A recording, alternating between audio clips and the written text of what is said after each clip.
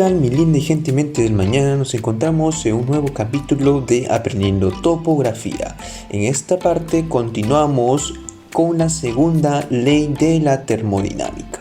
Y bueno, comencemos con esta nueva aventura en física. Ya que sabemos la primera ley de la termodinámica, debemos conocer ahora esta segunda parte. El empleo de la segunda ley de la termodinámica no suele limitarse inclusive a identificar la dirección de diferentes procesos.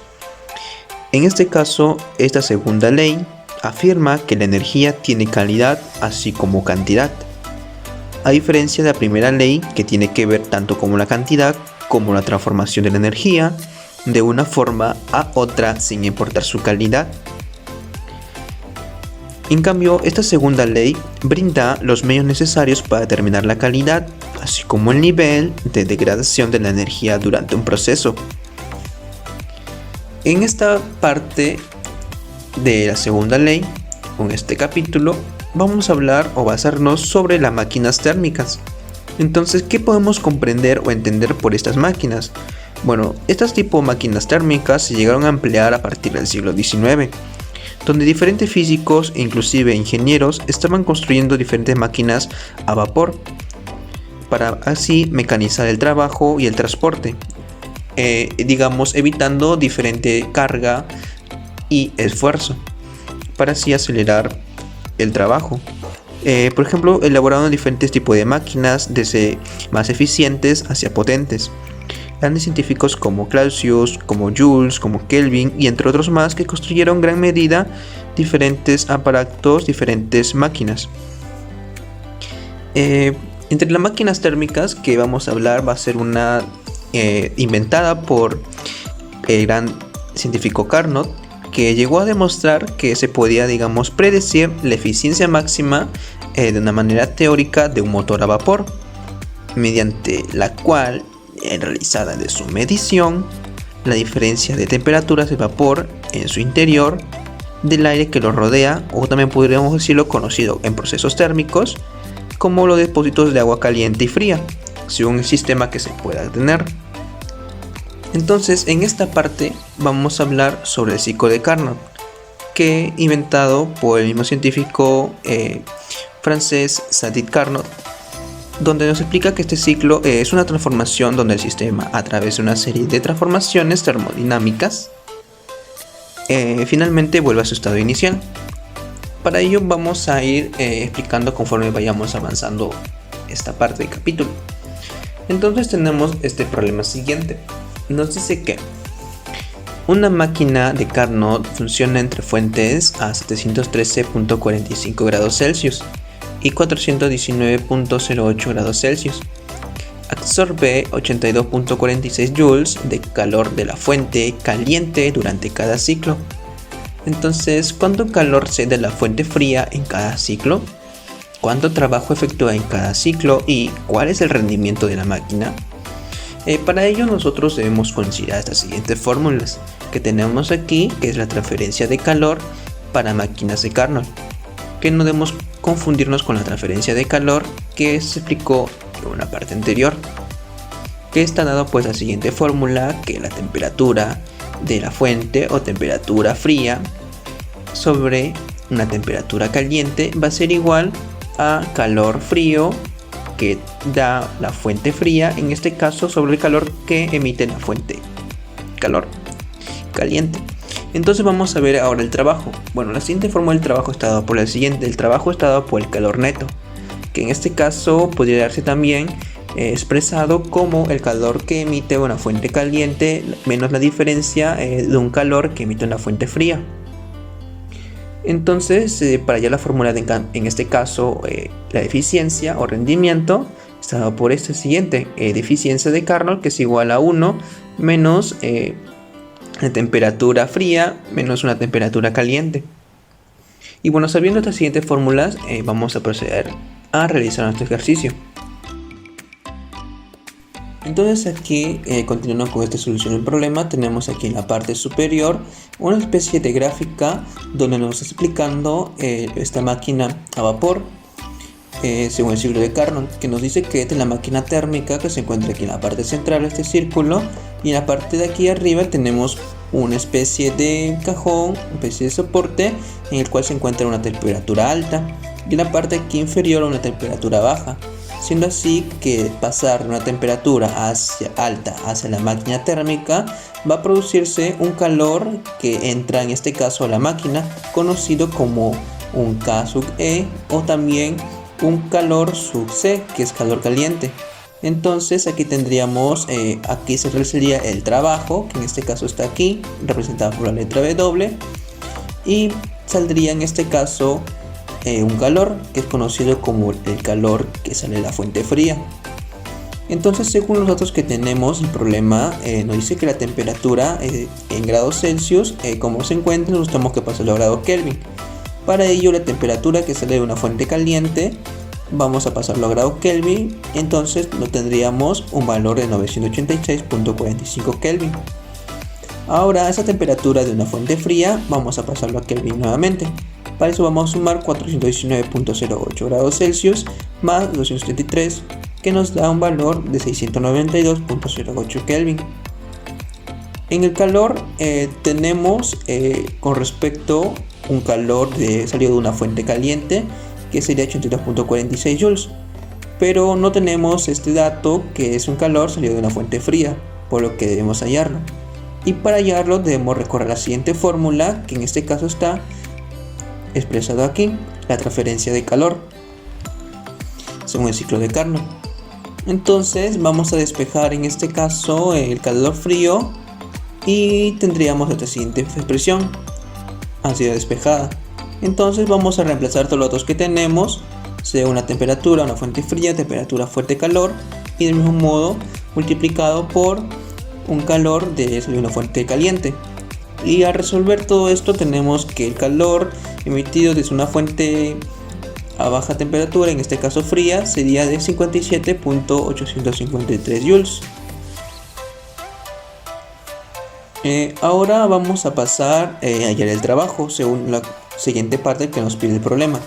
En esta parte de aquí, primero en la parte derecha aquí superior, tenemos la siguiente gráfica que vamos a ir explicando conforme vamos avanzando en un siguiente simulador sobre la expresión del ciclo de Carnot, en esta gráfica que nos va a poder entender mejor. Entonces hallamos el trabajo. Para ello vamos a aplicar la siguiente fórmula, que nos dice que el trabajo va a ser igual al calor neto, o también que el calor en una fuente caliente menos el calor en una fuente fría. Entonces, como ya hemos hallado el calor en una fuente fría, solo nos costaría reemplazar nuestros datos. Como el dato del problema ya no brinda el calor caliente, entonces solamente restaríamos con lo que ya hemos hallado. Por lo tanto, que el trabajo, obviamente que sus unidades están en joules, nos sale que vale 24.607 joules. Ahora vamos a hallar el rendimiento, también conocido como la eficiencia. Entonces está expresado por esta siguiente fórmula según la eficiencia de Carnot, que nos dice que es 1 menos la temperatura de una fuente fría sobre una temperatura caliente. Entonces, reemplazando las fórmulas que ya tenemos los datos brindados por el problema, nos sale que el ciclo de Carnot está dado de 0.298. Un ojo al dato que debemos recordar, que la eficiencia siempre se encuentra en un valor entre 0 a 1, o también podemos decir que se encuentra entre 0% y 100%, que esto en porcentaje correspondería a un 29.8% aproximadamente. Ahora vamos a pasar al siguiente simulador, donde vamos a explicar con más detalle sobre el ciclo de Carnot. Ahora vamos a explicar este siguiente simulador, donde vamos a entender con mayor claridad sobre el ciclo de Carnot. Por ejemplo, el ciclo de Carnot se detalla en este gráfico, como vimos en un gráfico anterior en nuestra diapositiva. Entonces vemos que está formado por 4 procesos, en este caso que son 2 isotérmicos y 2 adiabáticos. Las temperaturas involucradas en este proceso están dadas por una temperatura caliente y una temperatura fría, en el cual la caliente podemos observar que se encuentra en la parte de aquí que sería en este caso de color azul, y la temperatura roja, que en este caso sería de color rojo, que se encuentra aquí la más baja. Entonces también podemos decir, aparte de que como tenemos dos tipos de expansiones, bueno, en este caso expansión isotérmica, compresión isotérmica, expansión adiabática y compresión adiabática. Es decir, tenemos dos procesos, tanto isotérmico como adiabático, que eso lo vimos y lo explicamos con más detalle en un video anterior, que si no lo has visto te lo recomiendo que lo veas, te dejo en la descripción o en la parte de arriba.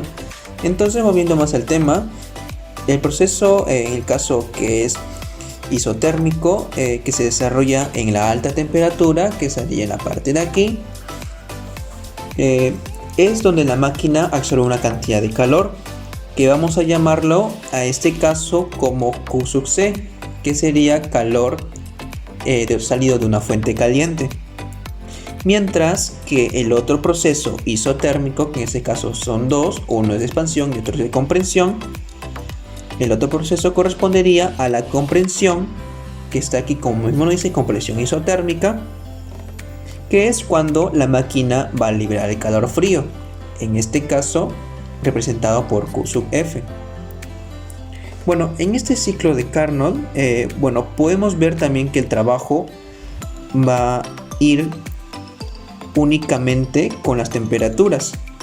Por ejemplo, debemos recordar que el calor que sale es en signo negativo según el trabajo. Por ejemplo, el ciclo de Carnot, por ejemplo este acá que podemos observar aquí, también va a ser el coeficiente de rendimiento, que está dado por la siguiente fórmula, que es el calor sub P, o sea el calor específico con respecto a la presión sobre el calor con respecto al volumen, que nos da un valor de 5 tercios. Entonces, acá también en este siguiente simulador, como explicamos sobre la siguiente expresión sobre el ciclo de Carnot, contamos con un termómetro, con una máquina, y aquí podemos observar cómo podemos hallar este valor de N, que está dado por el trabajo sobre, en este caso, el calor. Entonces vamos a aplicar el siguiente simulador para ver cómo nos funciona. Vamos a clicar aquí en la parte verde y como puedo observar está iniciándose. Esta máquina a su vez está emitiendo calor y a su vez está botando calor frío. El calor, en este caso caliente, entra y el frío sale, que en este caso vamos a pausarlo un rato, vamos a hacer de una manera lenta. Vemos que aquí está flechas de color azul, que el calor emitido por una fuente fría está saliendo, mientras que al seguir bombeando vemos que ahora el calor está entrando. Y así, igual modo, la misma gráfica podemos observar aquí en esta parte roja, sube, baja, sube y baja. Entonces vamos a pausarlo también para ver. Vemos aquí que el calor, como hemos observado, la temperatura caliente está dado por esta gráfica que se encuentra aquí marcada de color azul, temperatura 2, que en este caso sería, mientras que el calor frío sería en este caso temperatura 1, marcado o guiado por esta gráfica, esta curva de color rojo. Y vemos que la temperatura en el termómetro está subiendo, y aquí también contamos con grados Kelvin.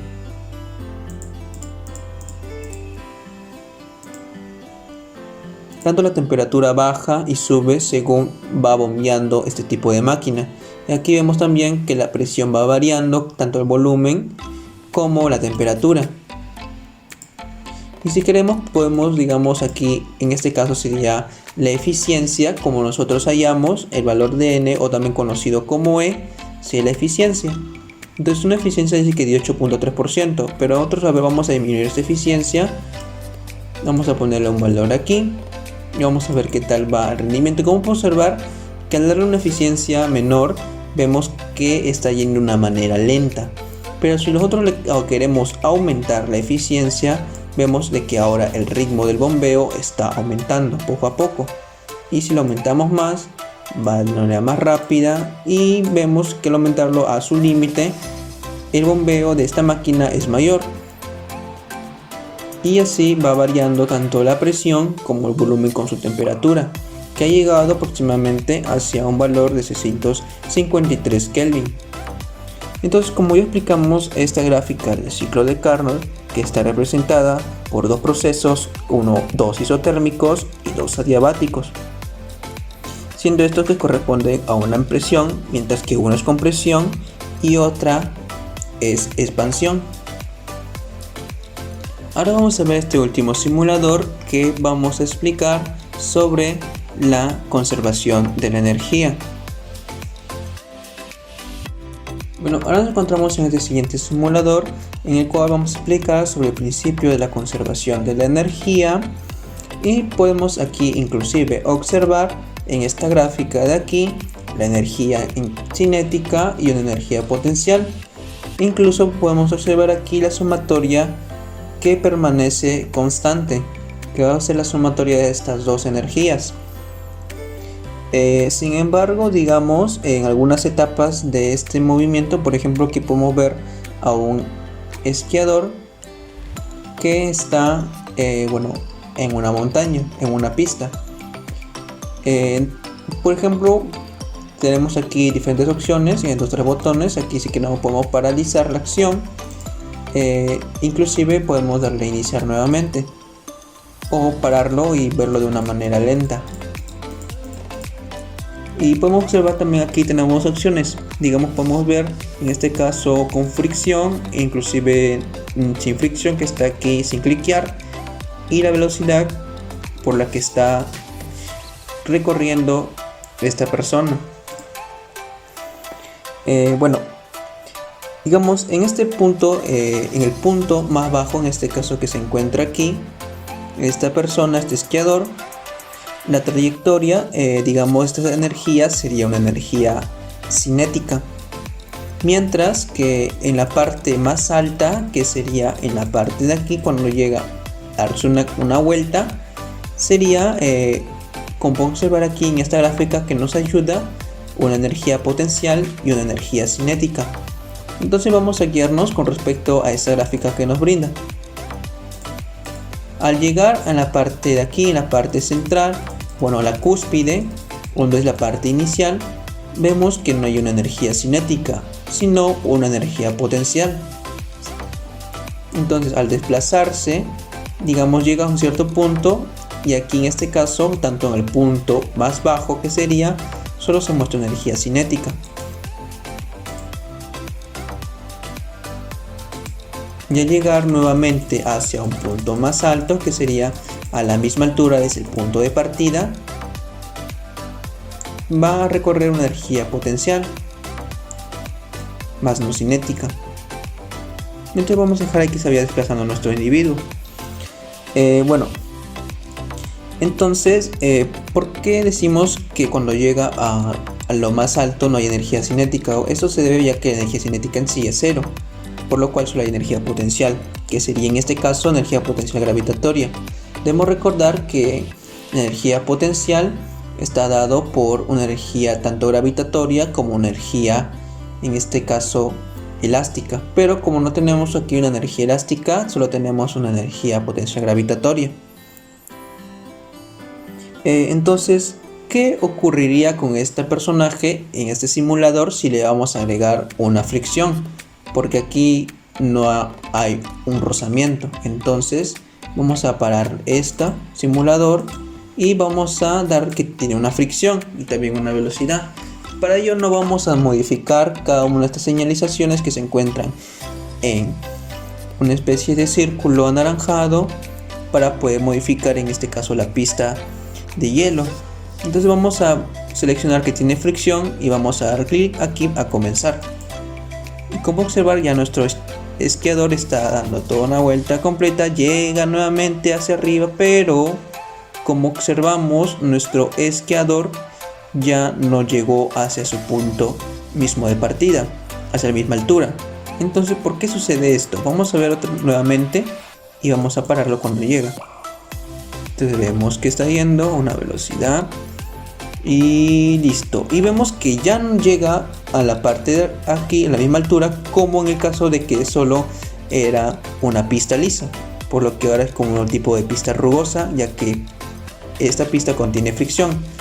Y vemos aquí de que ahora hay una energía sub F, y esto explica a que hay una energía de fricción. Entonces, ¿por qué tenemos ahora una energía de fricción? Bueno, lo que ha pasado en realidad es que no hay una energía suficiente en este caso para poder llegar nuevamente hacia la misma altura de inicio. Quiere decir que en este caso que toda la energía cinética que había al inicio se ha transformado en una energía calorífica. Es decir, que toda esta energía que ha sido por una fuerza de fricción se ha disipado en ella. Lo mismo sucedería en el caso de que al dar la vuelta. Al observar vimos de que al querer dar una vuelta completa en todo este disco, vimos que no ha sucedido así, por lo que al ir bajando, al producirse sobre una pista de fricción, al producir un pequeño rozamiento, ha ido evitando de que al pasar un pequeño intervalo de tiempo, ha ido de que la velocidad y ha ido de que la energía vaya disminuyendo. Entonces vamos otra vez nuevamente a observar. Vemos que este individuo baja nuevamente. A la primera si da vuelta, vemos que se queda, y en este siguiente caso llega hasta ese cierto punto que se encuentra aquí y ya no da más. Entonces observamos que no hubo tanto energía potencial como energía cinética en la parte cuando se cayó, pero sí hubo una energía de fricción. Pero ¿por qué se da energía de fricción si no hubo una energía cinética, energía potencial? Ninguno se ha transformado en energía de fricción. ¿Por qué se da este tipo de paradoja? Bueno, es en el caso de que este esquiador, ha sido de que no hay una suficiente energía para una vuelta completa. En este caso, que toda la energía mecánica, que sería la energía potencial más la energía cinética, se ha convertido en la fricción. Pero como si no hay fricción en la pista durante la caída, es decir, que si dentro de esta pista no ha habido fricción, por lo que no ha dado una vuelta completa, lo que ha producido la energía, en este caso que sería de el golpe, ha producido la energía de fricción.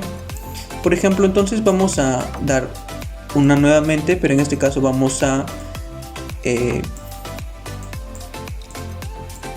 estamos aquí modificando la pista, y aquí vamos a querer agrandarlo, o si queremos achicarlo, pero no vamos a darle, digamos, fricción. Hemos modificado la pequeña pista y no vamos a darle fricción, para explicar con mejor detalle qué es lo que pasa. Entonces vamos acá a seleccionar, digamos que este individuo se ha dado una vuelta completa, va, sube y baja nuevamente.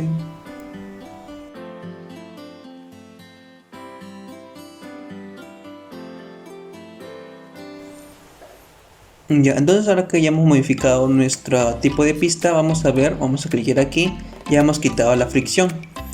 Ahora sí, vamos a cliquear, va subiendo y cae. ¿Qué ha pasado? ¿Por qué ahora hay energía de fricción si hemos quitado la parte de fricción? O sea, ahora la pista es lisa, ya no es rugosa. Bueno, este tipo de paradojas, este tipo de fenómenos se da, como explicamos, de que no hay suficiente energía para dar toda esta vuelta completa, por lo que toda esta energía mecánica que está correspondida por la energía potencial o la energía cinética se ha convertido en energía de fricción. Pero como si no hay fricción en este caso, por lo que es liso, en la pista se ha producido gracias a la caída. El golpe que ha tenido este individuo, como podemos observar, se ha dado un golpe tremendo, se ha disipado toda esta energía, convirtiéndose en la energía de fricción o una energía térmica. Entonces aquí, con este siguiente simulador, podemos ver que inclusive no necesariamente debemos tener fricción para que pueda producirse una energía térmica. Y bueno, eso ha sido todo por hoy. Espero que les haya gustado el siguiente video. No olviden darme un like, suscribirse al canal y nos vemos en una siguiente. Y bueno, eso ha sido todo por hoy, mi mente del mañana. Espero que les haya gustado el video. No dejen de dejar un comentario, cualquier sugerencia. Y nos vemos en una siguiente oportunidad. Bye bye.